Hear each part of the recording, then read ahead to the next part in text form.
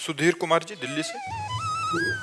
राधे राधे महाराज जी। महाराज जी, जब कोई लड़का अपने विवाह के समय लड़की के पिता के सामने दहेज की इच्छा या मांग रखता है और लड़की के पिता इच्छा पूरी भी करते हैं, तो क्या ये उस लड़के पर लड़की के पिता का कर्ज चढ़ जाता है, या अगर कर्ज नहीं है, धर्म से रहित बात है।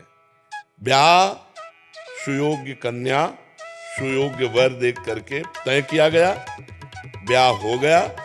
अब लड़की पक्ष का जो भाव था वो वर पक्ष को दे दिया, बातचीत नहीं हुई। कहीं भी हमें शास्त्र में नहीं लिखा मिला कि उन्होंने हमसे कहा कि हम इतना इतना इतना देंगे। वो कन्या दी, उसके साथ जो उनका भाव रहा, वो चाहे 1000 सोने के रथ, 1000 हाथी, ये वो दे दिए।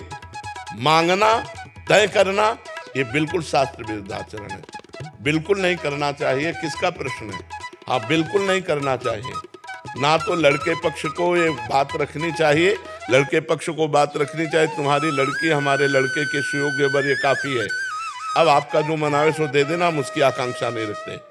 लड़की पक्ष को चाहिए कि जैसे पुत्रों को विभाजित संपत्ति किया, ऐसे कन्या का भी हिस्सा लगा करके उसके साथ दे देना चाहिए, बिना मांगे दे देना चाहिए। मांगना ये दहेज के अंतर्गत आता, और दहेज प्रथा ये हमारे संस्कारों को, हमारे धर्म को ये मिटिया मेट कर रही है। लड़की हुई, सुनते ही उसका पिता जल जाता है। लड़की हुई क्यों? क्योंकि अब दहेज देना पड़ेगा। दहेज में लोग ऐसे मांग रहे हैं कि पूछो मत। वो किसी तरह कमा खा करके जी रहा है, और वो लाखों का पर्चा बना देते, तो इससे तो लोग गर्भ में लड़की पात करवा देते। अगर देखा या गर्भ हुआ, लड़की हुई, तो इन प्रकार वो नष्ट करना चाहते हैं। ये दहेज प्रथा ही तो ऐसे आचरणों को प्रेरित करती है। और तुम अपनी कमाई से नहीं तृप्त होगे, वो लड़की दे, केवल लिंग परिवर्तन से ही तुम महान हो गए क्या? वो भी तो एक शरीर आ रहा है तुम्हारे पास, और तुम भी एक शरीरधारी हो। तुम पुरुष लिंग हो, केवल इसलिए तुम महान हो गए। वो स्त्री लिंग है तो वो लघु हो गई क्या? विचार करके देखो, तुम केवल पुरुष लिंग हो, बस इसी यही बात तो है। वो स्त्री लिंग है, केवल यही बात, वो तुम्हारे घर आ रही है। ब्याह का तो मतलब है कि जो पान फूल बने वो हम आपके चरणों में समर्पित करते हैं, अपनी बेटी समर्पित करते हैं, आप आनंद से गले लगा करके उनको विदा किया, ये बात रही। और ये दहेज प्रथा जब तक रहेगी हमारे समाज में कलंक है, कैंसर है। ये जो लड़कियों के अस्तित्व को मिटाने वाली है, जो लड़की के प्रति हे भाव पैदा करने वाली। और ये लोग नहीं समझते कि आज हमारे राष्ट्र की प्रथम पुरुष राष्ट्रपति लड़की ही है।